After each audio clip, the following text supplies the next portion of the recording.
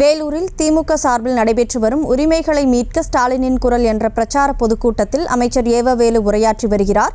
கூடுதல் விவரங்களை செய்தியாளர் முரளி வழங்க கேட்கலாம். வணக்கம் முரளி, கள நிலவரம். கனிமொழி நடைபெற உள்ள நாடாளுமன்ற தேர்தலை ஒட்டி இந்த திமுக தனது பரப்புரையை தொடங்கியுள்ளது. அதன் தொடக்கமாக ஸ்டாலின் குரல் என்ற பாசிசம் விழுட்டும் இந்தியா வெல்லட்டும் என்ற தலைப்பில் முதற்கட்ட பரப்புரை கூட்டம் தமிழ்நாட்டின் பல்வேறு பகுதிகளில் தொடங்கியுள்ளது.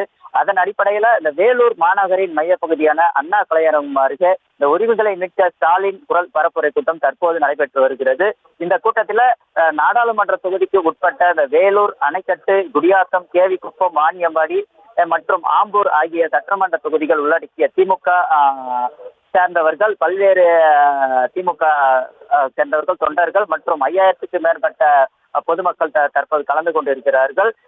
அதாவது 2024 ஆண்டுக்கான நாடாளுமன்ற தேர்தல் பரப்புரை கூட்டத்தில் இந்த தமிழ்நாடு பொதுப்பணித்துறை அமைச்சர் ஏவவேலு கலந்து கொண்டு தற்போது இந்த நாடாளுமன்ற தேர்தலுக்கான பரப்புரையை நிகழ்த்தி வருகிறார்.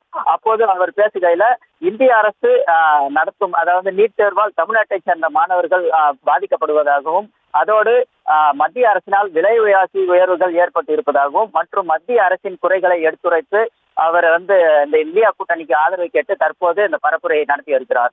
கனிமொழி, தகவல்களுக்கு நன்றி முரளி. செய்திகளை உடனுக்குடனும் துல்லியமாகவும் தெரிந்து கொள்ள சப்ஸ்கிரைப் பண்ணுங்க.